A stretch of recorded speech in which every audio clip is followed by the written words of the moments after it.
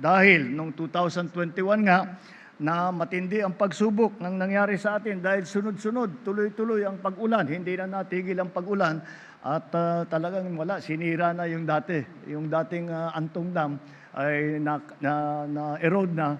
Kaya tinatanong ko sa kay Admin Gillian, sabi ko nga sa kanya, bakit hindi natin na ayos na lang yun yung luma? Kanya talagang nasira na yung ilalim, wala nang pagpapatungan ng dam, kaya't nailipat dito ngayon dito na ginawa. Pero ang tagal ang laking bagay, alam naman po natin na para sa pagsasaka, ang pinakamahalaga ay ang patubig. Kung walang magandang patubig, ay wala tayong maaasahan sa ating ani at umaasa lang tayo sa ulan, umaasa lang tayo sa mga mga bomba na kumukuha sa well, kumukuha sa ilog. Kulang na kulang po yan. Kaya maganda po na magkakaroon tayo ng ganitong klase na mga pasilidad. Dahil dito, naantala ang patubig dahil sa nasira sa 2021, naapektuhan ng mga ani ninyo at ang pamilya pati ninyo ay naramdaman ang kahirapan dahil nga sa mga pagkukulang ng irigasyon.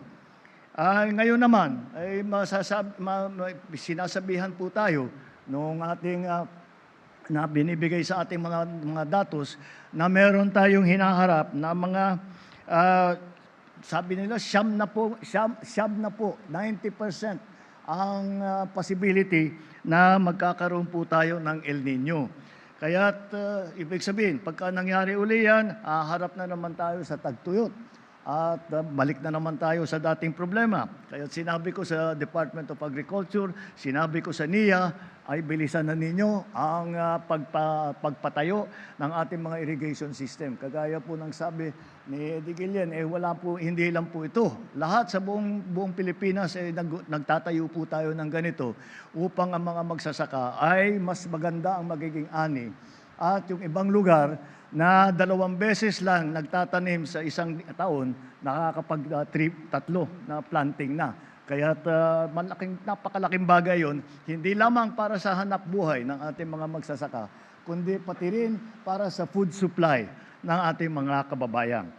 Kailangan mas mabilis, mas malawak at mas matibay pa ang pagtayo ng mga dam ng irigasyon upang mapalakas ang agrikultura at makamit ang sapat na supply ng pagkain sa ating mga kababayan.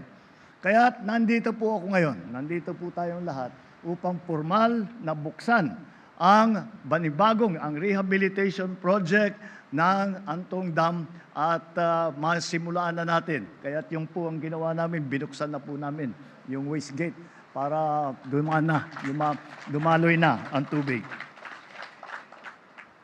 Mayroong higit sa 1,500 na ektarya ang nalupang sakahan ang mapapatubigan nito.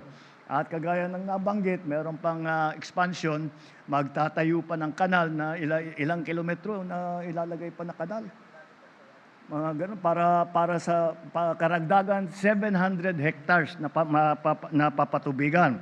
Magkakaroon ng sapat na supply ng tubig. Mapapataas natin ang produksyon ng palay, ng saging, ng pakwan, gulay, mais, at iba't ibang mga pananim.